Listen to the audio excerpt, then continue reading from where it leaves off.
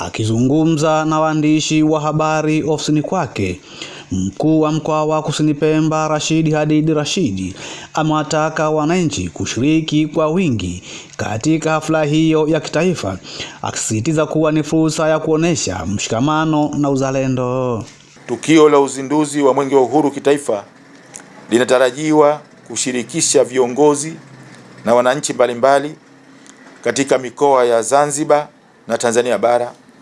Hivyo napenda kuchukua fursa hii kuwaomba wananchi wote wa mkoa wa Kusini Pemba kushirikiana au kushiriki kikamilifu katika tukio hili la kihistoria la uzinduzi wa Mwenge wa Uhuru kitaifa.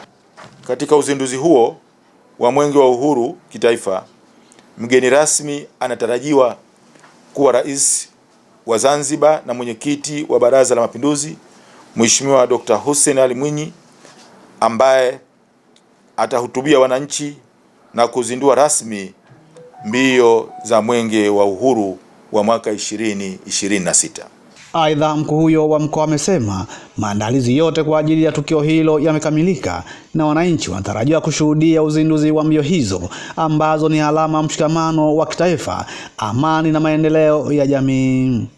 Matayarisho ya uzinduzi wa Mwenge wa Uhuru kitaifa kwa mwaka huu wa 2026 yamekamilika na serikali imejipanga kikamilifu katika kuhakikisha tukio hili la kihistoria linafanyika kwa mafanikio makubwa. Vikundi vya sanaa, vya hamasa, halaiki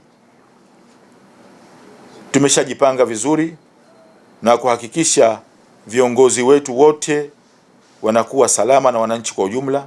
Na niwaambie kwamba wananchi wote, viongozi katika sehemu mbalimbali watafika kwenye sherehe hizi za uzinduzi wa mbio za Mwenge wa Uhuru. Kupitia mbio hizo za Mwenge wa Uhuru, Watanzania wanakumbushwa umuhimu wa kushirikiana katika miradi ya maendeleo, kuimarisha amani na mshikamano wa kitaifa, pamoja na kuendeleza historia ya kupigania uhuru wa nchi. Ni Masanja Mabula.